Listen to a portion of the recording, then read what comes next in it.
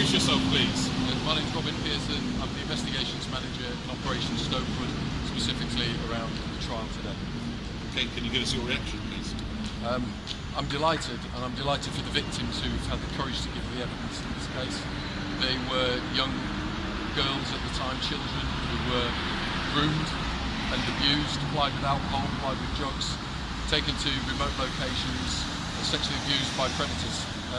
I'm delighted that they've had the courage, first of all, to speak to the agency and to come to court and give evidence in this trial.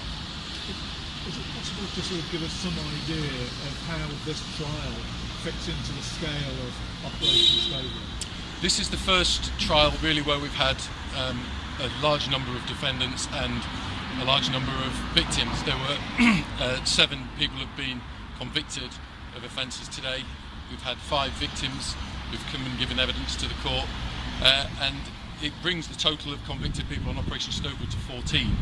It's a significant milestone in as much as we're now getting really into some of the organised gangs that have been operating in Rotherham, and I hope that will continue. Certainly we're just at the start of this journey. Can you explain a bit about what Operation Stovewood is for people who may not be aware? Certainly, Operation Stovewood is the investigation into historic child abuse and exploitation within Rotherham between 1997 and 2013, brought to light by the Alexis J report in 2014. Thank you. And all 5 victims were under 16. Can you explain a bit about the pattern of offending? Certainly, all of the victims were, as I said earlier, young children.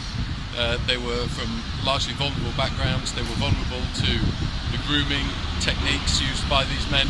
As I said, plied with alcohol, plied with drugs, made to think that the behaviour was normal, and then they were sexually abused and passed around purely for the gratification of the predators.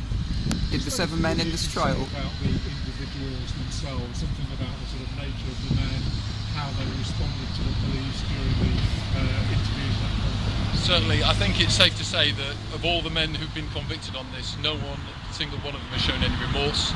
None have seen anything to indicate that their behaviour was out of the ordinary. They were simply that. They were predators. They knew exactly what they were doing. They were grooming children. They were getting them to make them believe that sexual activity was normal at their ages. That, you know, the victims were 14, 15, 16 years old at the time and very vulnerable. And frankly, their behaviour was despicable throughout. Did the 7 men in this trial work as a gang or operate individually? 5 of the individuals were very well known to each other, and 2 of the others were also known to each other. So it was more the pattern of behaviour from all of them, really, and their general belief that the girls were disposable assets, effectively.